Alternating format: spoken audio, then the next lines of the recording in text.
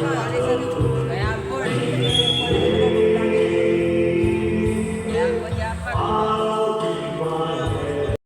up guys? So ngayon magkakaroon kami ng pag-close ng BSP 2024-2025. So mamaya makikita niyo mga bata doon sa gym. So ito, di pa ako naka-forma dahil yun na nga. Mamaya is magbuwan na kami ang tawag dito.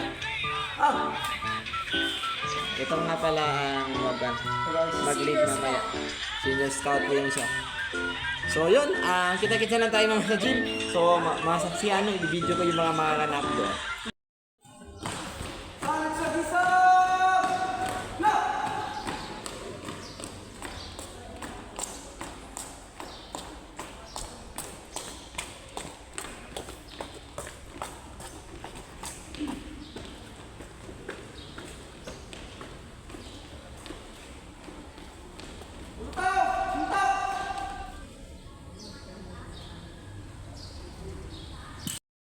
Ako ng BSP chapter, no? And thank you so much sa mga adult leaders, no, na nagtiwala sa akin at sa inyong mga true leaders na naging respectful at sa mga members of the BSP. May mga activities na akala natin hindi natin kaya, pero napagtanto natin na easy lang pala. Gaya nga ng sabi nila last year, during camping, may mga nag-shares ng kanilang mga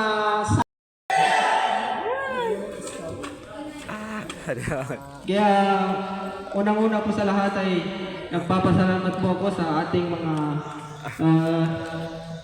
leaders, especially kay Sir Reggie Adam, Outfit Advisor. And laging pasasalamat ko dahil umabot pa tayo dito sa closing na to.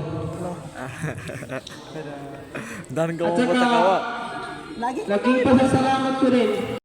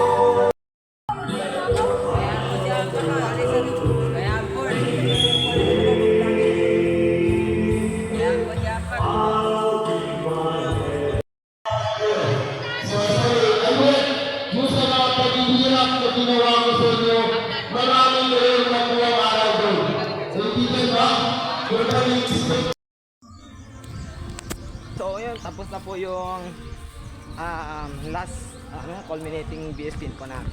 Tapos na. So inshallah, magwawagi kami at inshallah magkakaroon kami ng kapayapaan sa bansang Pilipinas.